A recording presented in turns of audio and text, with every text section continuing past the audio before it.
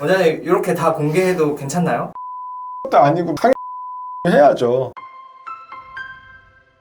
오랜만에 두 분을 모셨습니다. 안녕하세요. 현도진 원장입니다. 안녕하세요. 저는 수면다운 검사와 양압기 사용 교육을 담당하고 있는 행 실장입니다. 양압기 치료를 시작하시는 분들 보면요, 처음에 잘 적응하는 분들도 있지만 생각보다 힘들어하는 분들이 많다고 해요. 포기하려는 분들도 있고요. 양압기 치료가 초기 적응이 어려운 건 사실이지만 어려운 부분은 몇 가지 정해져 있어요. 그래도 저희 병원에 오시는 분들은 잘 적응하시는 편이에요. 역시. 그래서 오늘은 유튜브 시청자님을 위해서 양압기 처음 쓰시는 분들이 가장 많이 겪는 문제에 대해서 질문 드리려고 합니다. 양압기를 처음 쓰는 분들 중 아침에 일어나면 코가 너무 건조하다, 입이 바싹 마른다고 합니다. 왜 코와 입이 마르는 걸까요? 양압기는 아무래도 공기를 계속 내보내서 기도를 열어주는 장비잖아요. 근데 그 공기 습도가 내 몸에 맞지 않으면 코나 입이 마를 수 있어요. 그래서 저희가 처음 양압기 치료를 시작하시는 분들께 꼭 설명드리는 게 가습 설정입니다. 가습 설정은 환자분이 직접 바꿔도 되는 건가요? 기계 설정을 건드리면 안 된다고 생각하는 분들이 있을 것 같은데요. 양압기의 압력 설정은 의사가 처방한 값이기 때문에 임의로 바꾸면 안 돼요. 하지만 습도 설정은 편안함에 관련된 거라 본인의 상태에 맞게 조절하셔도 괜찮습니다. 코가 마르거나 입이 마르면 가습 단계를 조금 올려볼 수 있고요. 열선 튜브를 같이 사용하면 바람의 온도와 습도를 조금 더 편하게 맞출 수 있습니다. 양압기는 바람이 코로 가니까 코가 마르는 건 이해가 되는데 입이 마르는 건 왜 그런 거예요? 입이 마르는 경우는 공기가 입 쪽으로 살짝 새고 있을 가능성이 의심돼요. 코로 공기가 들어가는 마스크를 쓰시는데 자는 동안 입이 벌어지면 공기가 입으로 빠져나갈 수도 있고, 그러면 아침에 입이 바짝 마른 느낌이 들 수 있어요. 먼저 가습 설정을 확인하시고 방 안 습도도 같이 보시는 게 좋아요. 특히 겨울이나 건조한 방에서는 양압기 가습을 올려도 방 자체가 너무 건조해서 그럴 수도 있어요. 그렇게 해도 입 벌림이 심한 경우에는 입에 붙이는 테이프나 풀페이스 마스크 같은 걸 고려해 볼 수도 있죠. 풀페이스는 좀 과해 보이는데 많이 쓰나요? 거의 안 쓰세요. 얼굴에 닿는 면적이 넓어서 오히려 더 불편하고 답답해 보여서 잘 안 찾으시더라고요. 양압기를 쓰는데 눈이 건조하다는 분들도 있다고 하는데 왜 눈이 불편해지는 건가요? 이건 대부분 마스크 문제인데요. 마스크가 얼굴에 잘 맞지 않거나 자는 동안 옆으로 누우면서 마스크 위치가 살짝 틀어지면 공기가 위쪽으로 새면서 눈 쪽으로 올라오게 되고 그게 건조하게 하는 주된 원인이 돼요. 그러면 마스크가 안 맞는 거네요? 마스크도 옷처럼 사이즈가 있는데요. S, M, L처럼 얼굴 크기와 코 모양에 맞는 사이즈가 있습니다. 처음에는 코와 얼굴 크기에 맞는 기본형 나잘 마스크를 추천드리고요. 코를 덮는 게 불편하신 분들은 콧구멍에 밀착되는 필로우 타입을 추천드려요. 대부분은 이 과정에서 본인에게 맞는 마스크를 찾게 됩니다. 원장님도 양압기를 직접 사용하시잖아요. 어떤 마스크를 쓰세요? 여러 가지를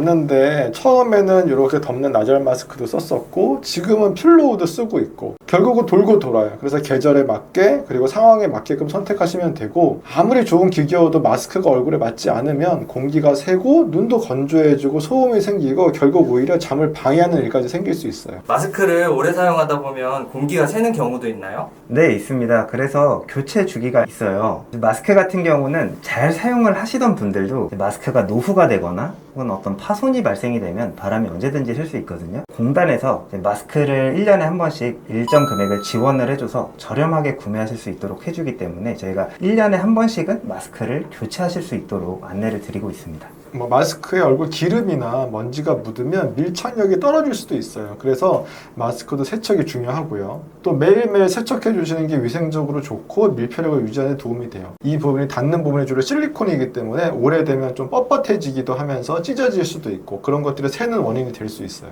다음 질문입니다. 양압기를 쓰고 나서 가스 찬다고 하는 거예요. 이거는 공기 연화증, 어려운 말로 그렇게 부를 수 있는데 쉽게 말하면 양압기에서 나오는 공기의 일부가 기도 쪽으로만 가는 게 아니라 식도를 통해 위장 쪽으로 들어가면서 복부 팽만감, 트름, 가스가 생길 수가 있어요. 처음 양압기를 쓰는 분들에게 비교적 흔하게 생길 수 있는 불편감이고, 또 그 증상이 심하거나 계속 반복되면 병원에 꼭 말씀을 해주셔야 됩니다. 공기 연화증은 압력이 너무 높아서 생기는 건가요? 일반적으로는 압력이 높아서 생기는 경우가 흔할 수 있어요. 하지만 이건 굉장히 상대적이에요. 어떤 사람한테는 같은 압력이라도 전혀 문제가 없는 압력이 다른 사람에게는 위로 넘어가서 복부 팽만을 유발할 수가 있어요. 그래서 이거는 꼭 절대적으로 높다 낮다가 중요한 건 아니고 내가 불편하면 불편한 것이다 라고 생각하셔서 빨리 병원에 문의하시는 게 좋으세요. 그냥 압력을 낮추면 되겠네 이렇게 단순하게 접근하면 안 된다는 거예요. 내게 맞는 적정 압력을 찾는 게 중요하고, 그래서 병원에서 적정 압력 검사 역시 꼭 받으시는 게 좋으세요. 알면 알수록 개인적으로 구입해서 쓰는 분들은 어려움을 겪을 수밖에 없겠네요. 그래서 꼭 병원에 오셔야 합니다. 양압기는 데이터를 볼 수 있는 치료니까 의료진과 실제 사용 기록을 보면서 조정하는 게 중요해요.